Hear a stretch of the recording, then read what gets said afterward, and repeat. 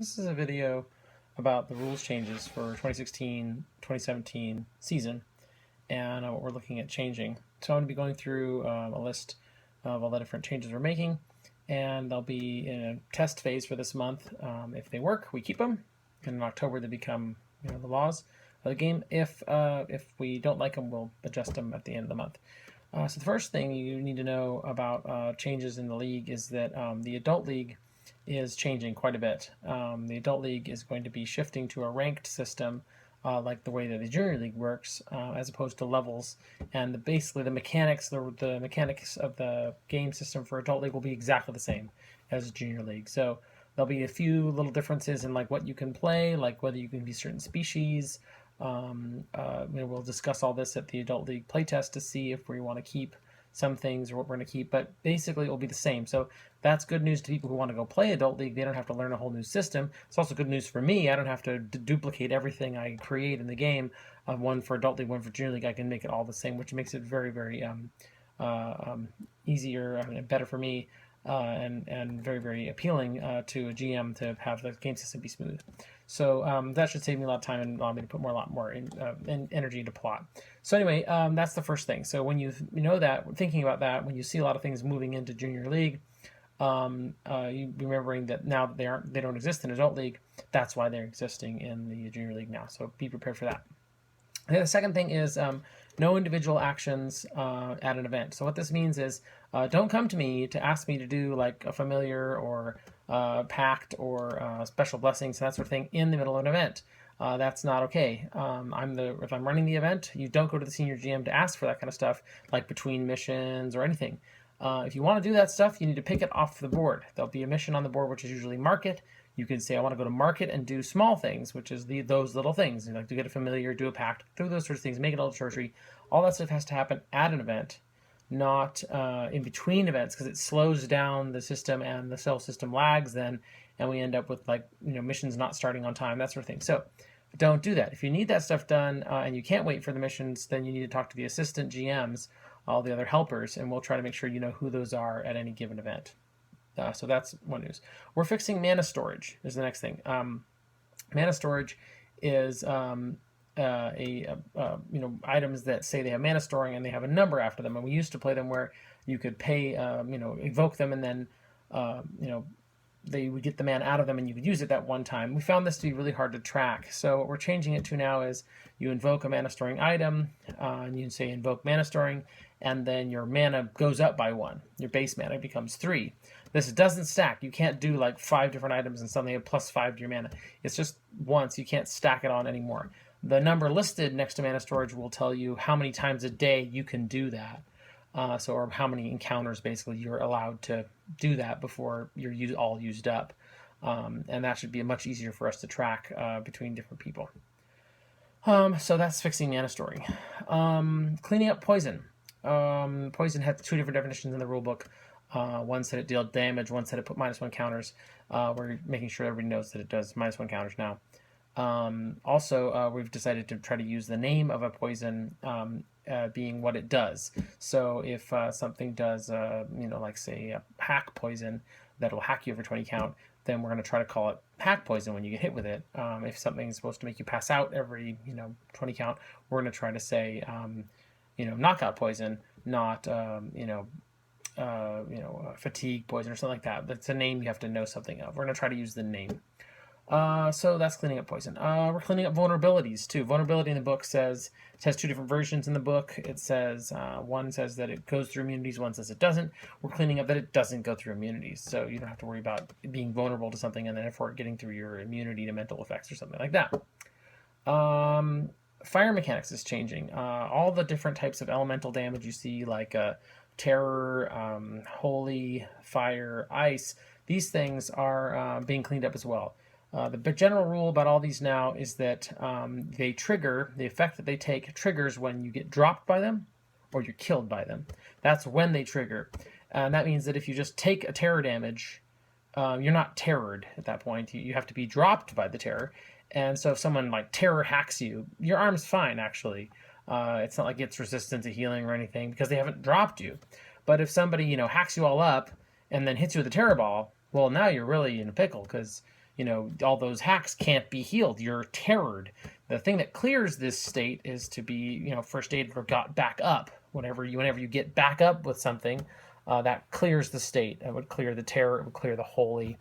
The big change to fire is whenever you're dropped or killed by fire damage now, you aren't ignited, like lit on fire and then being devoured by flame, which it caused a lot of problems in the game system. Now you have the state called burned, which is that turns off regenerating. And that's all it does. So if I hit you with a fireball and drop you, you're burned and your regenerating is turned off. That means there could be an unconscious troll now who's burned and, doesn't regenerate, but he's not dead actually, which means you don't have to go around killing every single thing that has regenerating or, improved healing factor, for example, just to make sure that, it stays down. You can actually just burn it, The only way to ignite something now and really get it to like be devoured by flame is to use a torch. You have to tag it with a torch, count to 20. That now ignites it. It also applies the burned state at that point. You could then put it out if you wanted to, so that it just is burned and not going to die. Or you can let it burn and then it'll slowly devour the whole body or whatever you're trying to burn. So that's the update to fire. The next is the acidic blood mechanic. Acidic blood is now going to be functioning like reverse runic. Acidic blood used to be that when you damage something that had acidic blood, at the end of the encounter, the items that were damaged were shattered. It's really hard to track that. It's much more fun and interesting to have the creature actually begin to melt your weapons as you fight it. Makes it much harder to fight, much more interesting. So if when you attack something that has acidic blood, the creature will call out acidic blood, and then you have to go, well, I got 20 count left to use this weapon before it's completely melted away and shattered. I better do a lot of damage with it, and then once it is all used up, then you can belt it and take out another weapon and try. This is going to make combats against ascendings with acidic blood much harder. Also, it's not a called ability. People aren't calling acidic blood at you so that you can do something about it or dodge it. It's just a reminder, really. So if they don't call it, you still need to notice, I damaged that thing. When they say taken, you can be, oh, okay, well, this is going to melt now. So that's just an update on acidic blood and how it's changing now. All right, so cleaning up pain damage. Pain damage doesn't occur much in the game. It does a lot in the Adult League, and this last season it occurred a lot. We just noticed that it was, really hard to manage it. So what we're changing it to now is that if you take pain damage from something, you get a -1 counter to your mana. This isn't about how much pain damage. It's like if you're taking pain damage, then you take a -1 counter. If the GM thinks it's really extreme pain damage, they might give you more than one counter, but usually you just get one -1 counter on your mana. The only way to clear that is to get cure mental effects or to die and then get resurrected. So that clears the state, a lot like poison. So that's how pain damage is going to work now. We're cleaning up illusions. Illusions aren't listed in the book anywhere. We use them a lot, actually. But an illusion can do anything that a normal creature can do. If you run into an illusion of a troll, it can kill your whole party. If you don't realize it's an illusion, it'll look just like a normal thing. So in order to check if it's an illusion, you have to have somebody go up to it and say, I pay 2 mana to disbelieve, meaning they're going to pay mana to see that they think the thing is really an illusion and it isn't really what they think it is. If they're right, it will just vanish. It will suddenly be gone. And then you're like, I was right. That was an illusion. If they're wrong, however, then it'll keep fighting them, and then you're in trouble because, you thought it was an illusion. You're down 2 mana, and that's tough for you. If you have resistance to mental effects or you have immunity to mental effects, then you become adept at this. That means that it costs 1 less mana to do that ability. So that means you can pay 1 and disbelieve that thing, and then be like, I think there's more illusions, then pay another and get that one. You could, if you've used mana storing, you can do a 3rd one, but there's no way to make it free currently. You have to always be paying at least 1 mana. That makes illusions more fair. Next is retired characters and traveling characters that you move from league to league. So first, on retired characters, there's a certain limit to the amount of retired characters that you're able to have in any one region. So you should talk to your GM about how many retired characters you can have there that are, just doing things, because that becomes very busy with lots of people trying to do lots of things with retired characters and taking up lots of game time that the players should be using, the actual active characters should be doing.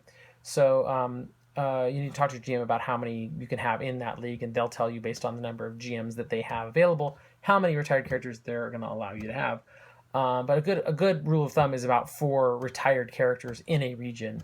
If you have another 4 in another league and another 4 in another league, you can do that. Or you can permanently retire them and just say, I'm not going to play them anymore, but this is what they would be doing. And so just write that down, and your GM will record that, and then they'll just be on an auto kind of plot thing where they're always doing that, and the GM rolls for it, but you don't actually roll time jumps for them or anything like that. So also the thing about retired characters, if you want to play them in an encounter or a mission, they're not going to gain levels. The only time they'll gain levels is if they do a time jump. If they go on a mission, they can't gain levels at any sessions or anything. They can't gain levels through doing extra things or all that stuff. Their levels are set. They need to do a time jump to do it. That's why they're retired. Now, they also can't lose a level, though, the first time they would die in an encounter, in a session, they won't actually lose a level. That's just to kind of balance it. And that's actually really good if you're like level 45 or something and you would lose a level. I mean, that's a ton of sessions you just lost. Whereas gaining the one session for playing there is actually not that big a deal. So it's kind of actually works out being a little bit better all around, safer, I guess, for retired characters, although they can't, keep racking up levels. They just kind of stay more stable. This is now for travel characters is also true. If you take a character from, say, Shadowguard League and you want to go play it in Feyveil League, you can do that. But if you do, they won't gain levels in the league that they're not assigned to. They also can't lose the first level they would lose in the session to kind of keep them even. And so that's a pretty good deal too. But that's just to keep it so that people in the Shadowguard League can all be playing at a similar level as they level up through the season, and the GM knows the kind of power level that they're at, and they doesn't have somebody going around to every single league, leveling up like crazy, and then coming back the next month with a character that's 10 levels higher than other characters. Because there's a lot more opportunities to go LARPing now, and then you can play in tons of leagues. There's 15, 16 events every month, and that's a lot of leveling. So we have to keep it fair. So the next thing is standard rank 3 trainings. A lot of people have been trying to find out, how do I get rank 3 barbarian, how do I get rank 3 knight, and these things have existed in the game world in different parts of the world, where you can go to a mirror and maybe get knight training, or you can go to Indian Ion and get ranger training, and it becomes really difficult for the GM to manage all those little tiny pieces and know what you can learn where and all this stuff. It's kind of hard. So what we decided is to create a standard rank 3 training, very much like the mage training we already have. For rank 3 mages, there's a very standard way to do that, and we're going to have all the rank 3 trainings for all the different classes be standardized. A lot of the abilities that are going to be in these rank 3 trainings will be a lot of the abilities that are no longer going to exist in Adult League. They'll be those rank 3s, and so you will still see those abilities that we've used for years, but they'll just be up there at rank 3, and that's how you get them. And you won't have go to Indian Ion and get these ones, and then go to Amir Ford and get the other ones. You can learn any of them anywhere. It's just only certain cities have the rank 3 training. You can only learn them if you go to those certain cities, but if you go to that city, they can teach you any of the abilities that are there. So you can read more about that if you want to check it out. We're going to have a doc out that probably will be linked below later, which has what those ranks are, what the abilities are, how you get them. But usually you get one ability that's an in skill and one ability that's an out skill for each rank that you go up. It doesn't seem like a lot of abilities, I know. But then again, these are prestige abilities. They're really, specialized and powerful. So that makes sense that they shouldn't be really, really strong. But you do get to choose what you want, as opposed to it being just, every rank you get this ability. You're going to get to select the one you want to get each rank you go up. So that's also an ability, more like rotators that made